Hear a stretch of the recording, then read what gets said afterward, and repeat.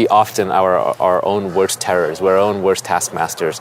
We're always arguing with ourselves, disciplining ourselves, wanting things, then not wanting to want things, fantasizing about things, regretting things. Yeah. It's this constant monkey mind loop that's running in your head.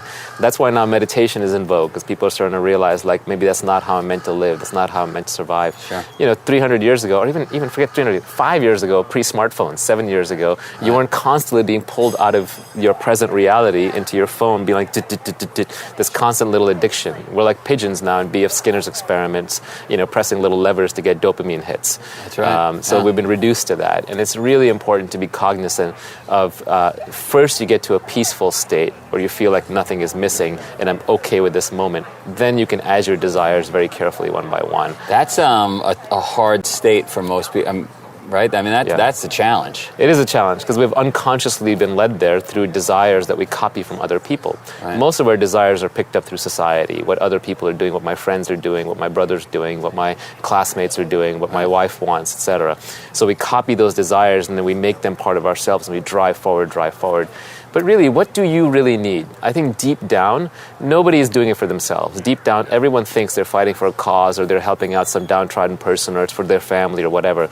But when it comes down to what you actually need, you need a little bit of food, a little bit of water, a little bit of place to put your head. What do I say all the time? I'm not crazy. Right. I'm with the smartest guy on the planet right now. And I'll tell you what, when I started doing these crazy races, right? Yeah. It became clear one day. I was like, this is the most peaceful place ever because all I want is water, food, and shelter right now. Yeah. I don't want anything else. I'm not chasing anything. I just want water, food, and shelter. That's right. And I couldn't really describe why that was so peaceful, but you just nailed it. And that's what everybody wants. Right. And then that's it. But we get away from that. Exactly. Right? We create these constructs of desire that we copy from each other on top. It's really important to sit down sometime, close the door, turn off the lights, and just sit there by yourself and watch your mind. Don't even judge it. Don't even argue with it. Right. Don't even fight it. Just watch the thing run out of control.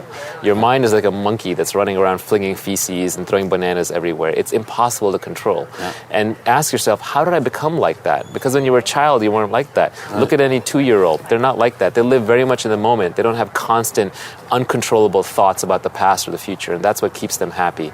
So how can you uncondition some of these things that you don't want anymore running through your head? It's possible, but it's different for everybody. Sure. You're awesome. Thank you. Do you guys get enough out of that? Because you're going to have to watch this 3 or 4 times. Not at all. You have any big... Turn it off.